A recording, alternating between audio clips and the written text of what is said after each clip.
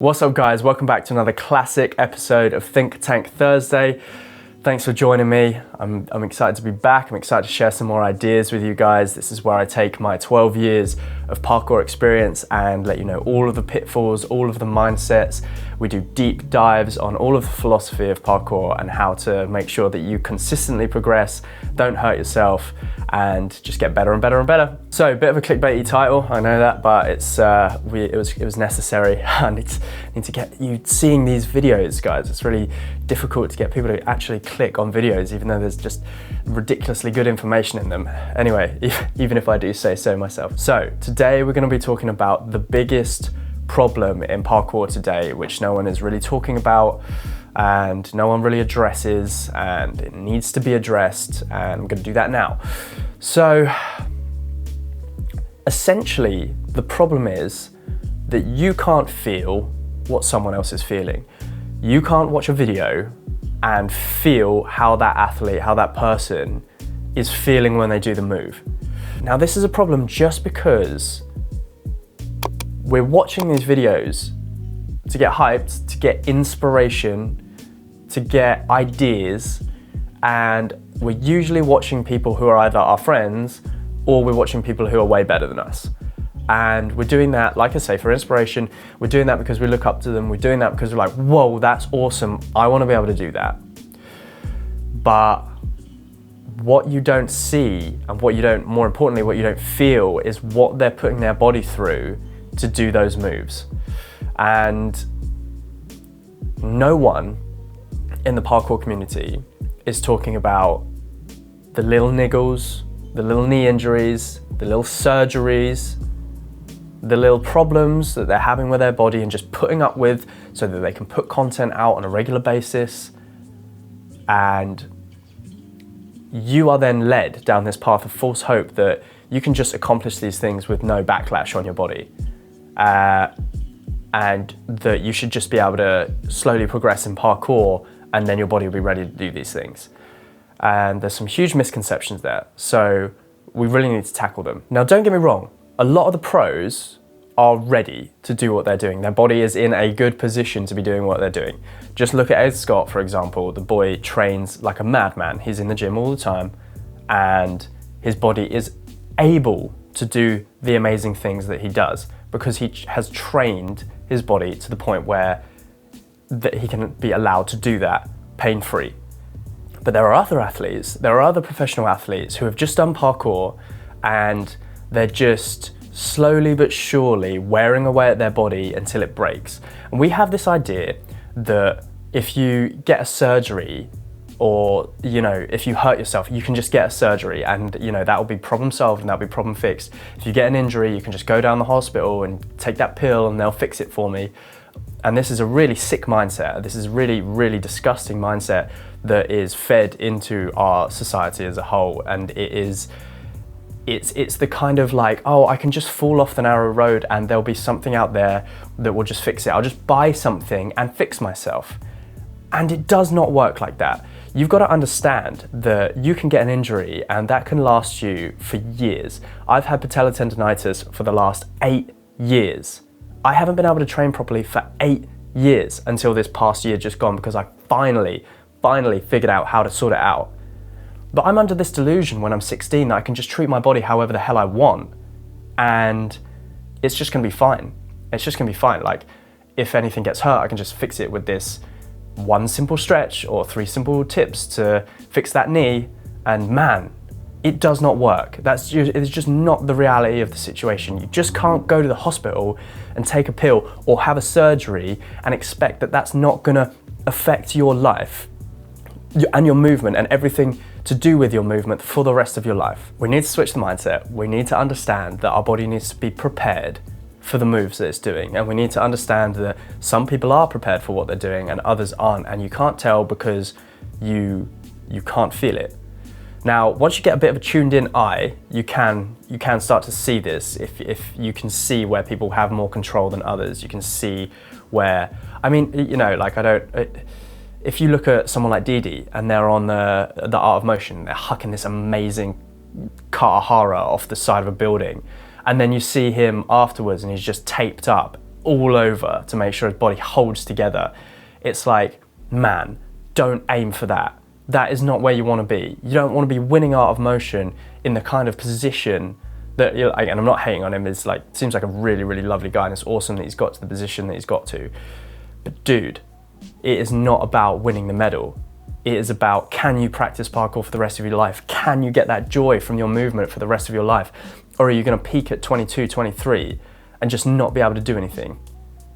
Now, like, I just want a quick disclaimer. I don't know Didi. I don't know what his actual bodily situation is. All I know is that if you have to be taped up to do the things you're doing, your body isn't ready to do them. And that's a fact. This is particularly bad because of the world of Instagram and because of the world of, like, everyone's just trying to get them views and just trying to get that next like. And I've seen someone do this and I think I can learn to do it myself in a gym and it's fairly safe. And yeah, man, go for it. Do learn as much as you can, but just be aware. Like I'm gonna give you 3 tips, okay? Here are the 3 things that you can do to make sure that your body stays ready for what it can do. First thing, if you see someone do something massive, analyze the person's body position.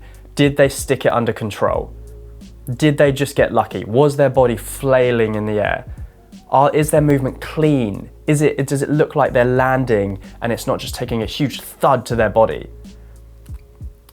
Develop a bit of an eye for this, develop an analysis and look at where someone's strong, what it looks like, know what it looks like to have someone strong land their move and someone who is just technically able to huck it round, but not physically able to actually pull off that move without doing damage to their body. And the thing is, when you're younger, your body is in a place where it can consistently make up for your poor habits, but there will come a time when it will just snap, it will break, and you won't be able to do anything with it.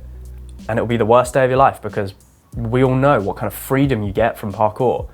And when you can't do it, it's insanely depressing. If you're used to it, if it's something you're used to being able to do, it changes you as a person. So we need to avoid this. So the first thing you do is just double check that the person you're trying to mimic actually has their body together.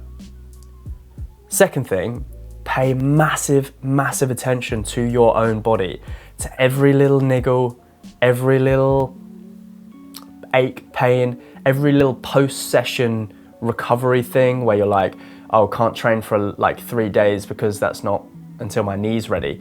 There's a huge difference between, my muscles are achy because I've worked really hard and I've actually got some joint pain. Like, there's 2 big differences there. Don't train on sore muscles anyway, because they're taking impact and they need to be the thing that protects your joints. But if your joints are hurting, then you are not strong enough to do what you're doing. So if you jump and you fear pain, your body is not ready to be doing that jump.